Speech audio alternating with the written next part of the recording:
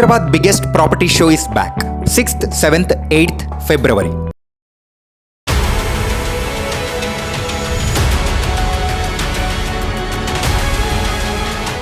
మగజాతి ఆణిముత్యాలందరికీ ఇదొక మేల్కొల్పు. మీ girl friend call చేసినప్పుడు call lift చేయకపోయినా, కాల్ని కట్ చేసినా లేదా మీరు నెంబర్ని బ్లాక్ చేసినా సరే మీకు సావు ఖాయం. అదేంటి ఈ అమ్మాయి ఎలా మాట్లాడుతుంది అని అనుకుంటున్నారా?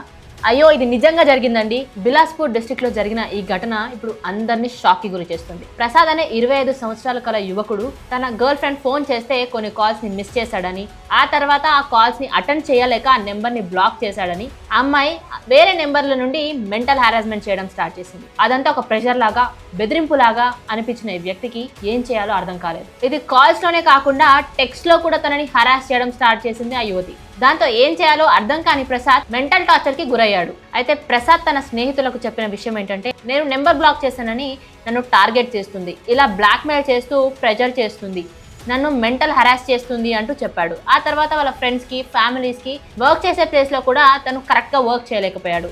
ఇంత ప్రెషర్ని హ్యాండిల్ చేయలేక తన జీవితాన్ని తనే అంతం చేసుకున్నాడు ప్రసాద్. ఈ ఒక్క డెసిషన్తో తన కుటుంబం మొత్తం అంధకారంలోకి పోయింది. ఈ ఘటనపై పోలీసులు కేసు రికార్డ్ చేశారు. ఫోన్ రికార్డ్స్, కాల్ డేటా ఇవన్నీ ఇప్పుడు బయటికి తీస్తున్నారు. పోలీసులు చెప్తున్న విషయం ఏంటంటే, ఫోన్ హరాస్మెంట్ కూడా ఒక క్రైమ్ అని, బ్లాక్మెయిల్, మెంటల్ టార్చర్, థ్రెట్స్ ఇవన్నీ కూడా ఐపీసీ సెక్షన్స్ లో పనిషబుల్ అని పోలీసులు అయితే చెప్పారు. ఈ రోజుల్లో యువత ఫోన్లతోనే జీవిస్తున్నారు. ఫోన్ నెంబర్ అంటే ఒక ఐడెంటిటీ, ఒక కెరియర్ అండ్ ఒక సోషల్ లైఫ్. ఒక వ్యక్తి నుండి వచ్చే ప్రెషర్ ఇంకొక పర్సన్ ని టోటల్ గా బ్రేక్ చేయగలదు అన్నదానికి ఇదే నిదర్శనం. అయితే దీని నుండి అందరూ అర్థం చేసుకోవాల్సిన విషయం ఏంటంటే, లైఫ్ ని అంతం చేసుకోవడం దీనికి ఒక సొల్యూషన్ కాదు.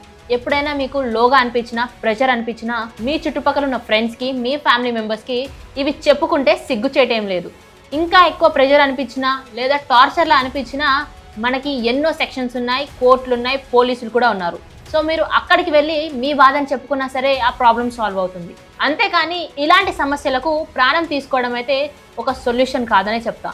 ప్రసాద్ జీవితం ఎలాగో తిరిగి రాదు, కానీ ఈ ఘటన నుండి మనం నేర్చుకోవాల్సిన విషయం అయితే చాలా ఉంది. ఏ సమస్యకైనా ఒక సొల్యూషన్ అనేది ఉంటుంది. సో వ్యూవర్స్, మీకు ఎప్పుడైనా ఏదైనా సమస్య అనిపిస్తే ఎవరితోనన్నా షేర్ చేసుకోండి, లేదా పోలీసులతోనన్నా వెళ్ళి ఇన్ఫార్మ్ చేయండి. అంతేకాని ఇలాంటి డెసిషన్స్ మాత్రం తీసుకోకండి.